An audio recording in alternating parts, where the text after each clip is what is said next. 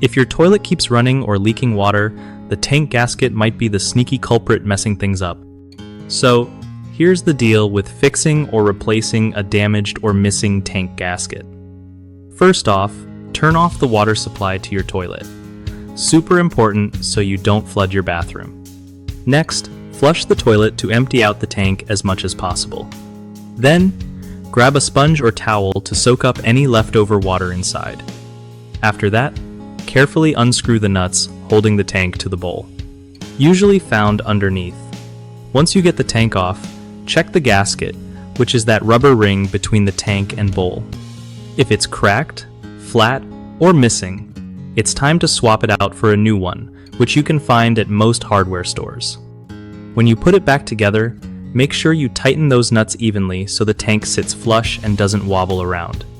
Finally, turn the water back on and keep an eye out for leaks to make sure you nailed it.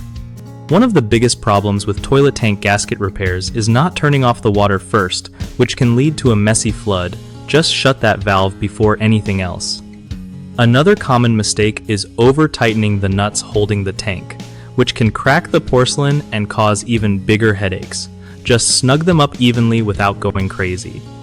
Lastly, using the wrong size or type of gasket can cause leaks or poor sealing. Always double-check you've got the right replacement part for your specific toilet model. BigHomeProjects.com is a handy spot for homeowners trying to find reliable local contractors who actually know what they're doing. Plus, if you're a contractor looking to get more work, it's a great way to connect with people who need your skills and grow your business.